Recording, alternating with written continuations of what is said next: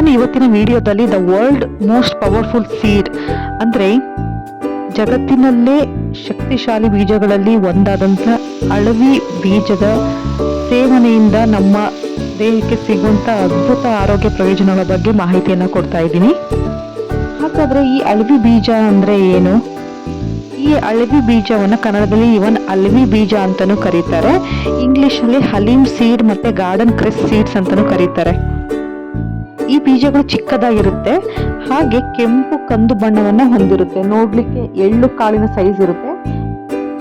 ಅಳವಿ ಬೀಜದಲ್ಲಿ ಉತ್ತಮವಾದ ಪ್ರೋಟೀನ್, ಹಾಗೆ ಅಮೈನೋ ಆಸಿಡ್ಗಳು ಮತ್ತು ಒಮೆಗಾ 3 ಫ್ಯಾಟಿ ಆಸಿಡ್, ಮುಖ್ಯವಾಗಿ ಕ್ಯಾಲ್ಸಿಯಂ, ಕಬ್ಬಿಣ ಮತ್ತು ಮೆಗ್ನೀಷಿಯಂ, ಮ್ಯಾಂಗನೀಸ್, ರಂಜಕ, ಪೊಟ್ಯಾಷಿಯಂ, ತಾಮ್ರ, ಸತುಗಳು ಈ ಒಂದು ಅಳವಿ ಬೀಜದಲ್ಲಿವೆ. ಅದರಲ್ಲೂ ಅಳವಿ ಬೀಜದಲ್ಲಿ ಅತಿ ಹಾರಿನ ಅಂಶವಿದೆ. ನೋಡಿ, ಈ ಅವಳಿ ಬೀಜವನ್ನು ಉತ್ತರ ಕರ್ನಾಟಕ ಕಡೆ ಜಾಸ್ತಿ ಬಳಸ್ತಾರೆ. ಅದರಲ್ಲೂ ಬಾಣಂತಿ ಸ್ತ್ರೀಯರು ಮಾತ್ರ ಬಳಸ್ತಾರೆ ಅಂತ ಗೊತ್ತಿರುತ್ತೆ.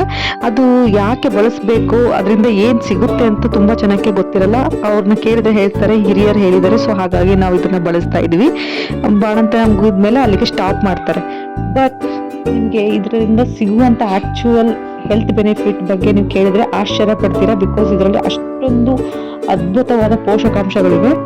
ನೋಡಿ, 1 ಚಮಚ ಅಳವಿ ಬೀಜದಲ್ಲಿ ನಮ್ಮ ದೈನಂದಿನ ಅವಶ್ಯಕತೆಯ 60% ಪ್ರಮಾಣದಷ್ಟು ಕಬ್ಬಿಣದ ಅಂಶ ನಮಗೆ ಈ 1 ಚಮಚ ಅಳವಿ ಬೀಜದಲ್ಲಿ ಸಿಗುತ್ತೆ.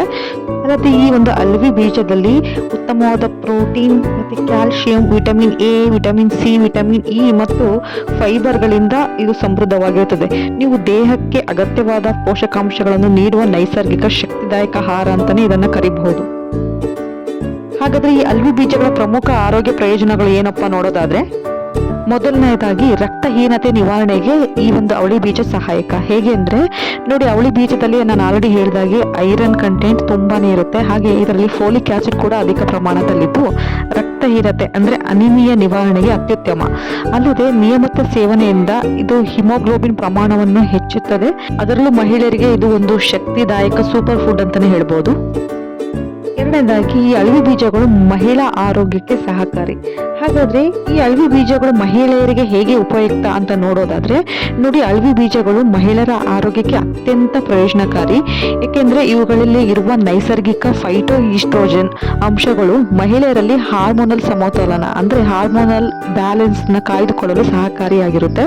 ಅಲ್ಲದೆ ಮಾಸಿಕ ಋತುಚಕ್ರ ಅಂತೀವಲ್ಲ, ದ ಮೆನ್ಸ್ಟ್ರುಯಲ್ ಸೈಕಲ್ ಕೂಡ ಇದು ಬ್ಯಾಲೆನ್ಸ್ ಮಾಡುತ್ತೆ.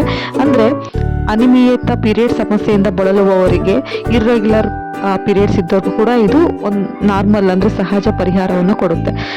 ಅಲ್ಲದೆ ಹೆರಿಗೆ ನಂತರ ತಾಯಂದಿರಲ್ಲಿ ಹಾಲಿನ ಪ್ರಮಾಣವನ್ನು ಹೆಚ್ಚಿಸುವ ಗುಣವು ಈ ಒಂದು ಅಳವಿ ಬೀಜದಲ್ಲಿರುತ್ತದೆ. ಈ ಕಾರಣದಿಂದಾಗಿ ಈ ಅಳವಿ ಬೀಜಗಳನ್ನ ಗಲಕ್ಟೋಗೋಗ್ ಎಂದು ಕರೆಯುತ್ತಾರೆ. ಅಂದರೆ ಹಾಲಿನ ಉತ್ಪಾದನೆ ಹೆಚ್ಚಿಸುವಂತ ಒಂದು ನೈಸರ್ಗಿಕ ಅಂಶ ಈ ಒಂದು ಅವಳಿ ಬೀಜದಲ್ಲಿ ಇರುತ್ತೆ. ಅಲ್ಲದೆ ಇದು ಮಹಿಳೆಯರಲ್ಲ ಶಕ್ತಿ, ರಕ್ತಹೀನತೆ ನಿವಾರಣೆ ಮತ್ತು ಚರ್ಮದ ಆರೋಗ್ಯ ಕೂಡ ಇದು ತುಂಬಾ ಸಹಕಾರಿಯಾಗಿದೆ. ಮೂರನೇದಾಗಿ ತೂಕ ನಿಯಂತ್ರಣ ಮತ್ತೆ ಜೀರ್ಣಕ್ರಿಯೆಗೆ ತುಂಬಾನೇ ಸಹಕಾರಿ ಈ ಒಂದು ಅಳವಿ ಬೀಜ. ಹೇಗೆಂದರೆ ಇವುಗಳಲ್ಲಿ ಇರುವಂತಹ ಡಯಟರಿ ಫೈಬರ್ ಇವು ಹೊಟ್ಟೆ ತುಂಬಿದ ಭಾವನೆಯನ್ನು ನೀಡುತ್ತವೆ ಮತ್ತು ಅತಿ ಹಸಿವನ್ನು ಕೂಡ ಕಡಿಮೆ ಮಾಡುತ್ತವೆ. ಇದು ಮೆಟಾಬಾಲಿಸಂ ವೇಗವನ್ನು ಹೆಚ್ಚಿಸುವುದರಿಂದ ಕೊಬ್ಬಿನ ಒಂದು ಬರ್ನಿಂಗ್ ಸುಲಭವಾಗಿ ಆಗುತ್ತದೆ. ಸೊ ಹಾಗಾಗಿ ಬೆಳಗ್ಗೆ ಖಾಲಿ ಹೊಟ್ಟೆಯಲ್ಲಿ 1 ಚಮಚ ಅಳವಿ ಬೀಜವನ್ನು ನೀರಿನಲ್ಲಿ ನೆನೆಸಿ ಸೇವಿಸಿದರೆ ದಿನವಿಡೀ ಹಸಿವಿನ ನಿಯಂತ್ರಣ ಸಾಧ್ಯವಾಗುತ್ತದೆ. ಇದರಿಂದ ಮೆಟಾಬಾಲಿಸಂ ಹೆಚ್ಚಿಗೆ ಆಗಿ ನಮ್ಮ ತೂಕ ಇಳಿಕೆಗೆ ಸಹಕಾರಿಯಾಗುತ್ತದೆ. ನಾಲ್ಕನೇದಾಗಿ ಎಲುಬು ಮತ್ತು ಸಂಧಿಗಳ ಬಲವರ್ಧನೆ. ನೋಡಿ, ಅಳವಿ ಬೀಜಗಳಲ್ಲಿ ಕ್ಯಾಲ್ಸಿಯಂ, ಮೆಗ್ನೀಷಿಯಂ ಮತ್ತು ಫಾಸ್ಫರಸ್ ಅಧಿಕ ಪ್ರಮಾಣದಲ್ಲಿರುವುದರಿಂದ ಎಲುಬುಗಳ ಆರೋಗ್ಯ ಸುಧಾರಿಸುತ್ತದೆ. ಇದು ಸಂಧಿ ನೋವು, ಅಸ್ಥಿ ದುರ್ಬಲತೆ ಅಂದ್ರೆ ಆಸ್ಟಿಯೋಪೊರೋಸಿಸ್ ಮತ್ತು ಸ್ನಾಯುಗಳ ದುರ್ಬಲತೆಯ ನಿವಾರಣೆಗೂ ಕೂಡ ಸಹಕಾರಿಯಾಗುತ್ತೆ. ಸೊ ಹಾಗಾಗಿ ಅವಳಿ ಬೀಜದ ಸೇವನೆಯಿಂದ ಎಲುಬುಗಳು ಬಲಪಡುತ್ತವೆ ಮತ್ತು ದೇಹದ ಚೈತನ್ಯವನ್ನು ಹೆಚ್ಚಿಸುತ್ತದೆ. ಐದನೇದಾಗಿ ರೋಗ ನಿರೋಧಕ ಶಕ್ತಿಯನ್ನು ಹೆಚ್ಚಿಸುತ್ತದೆ. ಹೌದು, ಹೇಗೆ ಅಂದ್ರೆ ಅಳವಿ ಬೀಜಗಳಲ್ಲಿ ಇರುವ ವಿಟಮಿನ್ ಸಿ ಮತ್ತು ಆಂಟಿ ಆಕ್ಸಿಡೆಂಟ್ಸ್ ರೋಗ ನಿರೋಧಕ ಶಕ್ತಿಯನ್ನು ಹೆಚ್ಚಿಸುತ್ತವೆ. ಇದು ದೇಹದೊಳಗಿನ ಉರಿಯೂತವನ್ನು ಕಡಿಮೆ ಮಾಡಿ ಸೋಂಕುಗಳಿಂದ ರಕ್ಷಣೆ ನೀಡುತ್ತವೆ. ಚಳಿಗಾಲದಲ್ಲಿ ಅಳವಿ ಬೀಜ ಹಾಲು ಕುಡಿಯುವುದರಿಂದ ಶೀತ, ಕೆಮ್ಮು ಮತ್ತು ಜ್ವರದಿಂದ ರಕ್ಷಣೆ ದೊರೆಯುತ್ತದೆ. ಮೊದಲನೇದಾಗಿ ಚರ್ಮ ಮತ್ತು ಕೂದಲಿಗೆ ಪೋಷಕಾಂಶ ನೀಡುತ್ತದೆ. ಹೌದು, ಅಳವಿ ಬೀಜಗಳಲ್ಲಿ ಇರುವಂತಹ ವಿಟಮಿನ್ ಇ ಮತ್ತು ವಿಟಮಿನ್ ಎ ಮತ್ತು ಆಂಟಿ ಆಕ್ಸಿಡೆಂಟ್ಸ್ ಚರ್ಮದ ಕಾಂತಿ ಮತ್ತು ಕೂದಲಿನ ಆರೋಗ್ಯ ಕಾಪಾಡುತ್ತವೆ.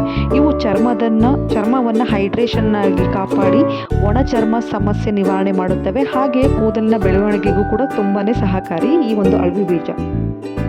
ಈ ಅಳವಿ ಬೀಜಗಳು ಮೆದುಳಿನ ಆರೋಗ್ಯಕ್ಕೂ ಕೂಡ ಸಹಕಾರಿ, ಏಕೆಂದರೆ ಇದರಲ್ಲಿರುವಂತಹ ಒಮೆಗಾ 3 ಫ್ಯಾಟಿ ಆಸಿಡ್ ಮತ್ತು ಐರನ್ ಮೆದುಳಿನ ನರಕೋಶಗಳನ್ನು ಬಲಪಡಿಸುತ್ತವೆ ಮತ್ತು ಏಕಾಗ್ರತೆ ಅಂದರೆ ಕಾನ್ಸಂಟ್ರೇಷನ್ ಮತ್ತು ಧ್ಯಾನ ಶಕ್ತಿಯನ್ನು ಸುಧಾರಿಸಲು ಕೂಡ ಸಹಾಯ ಮಾಡುತ್ತವೆ.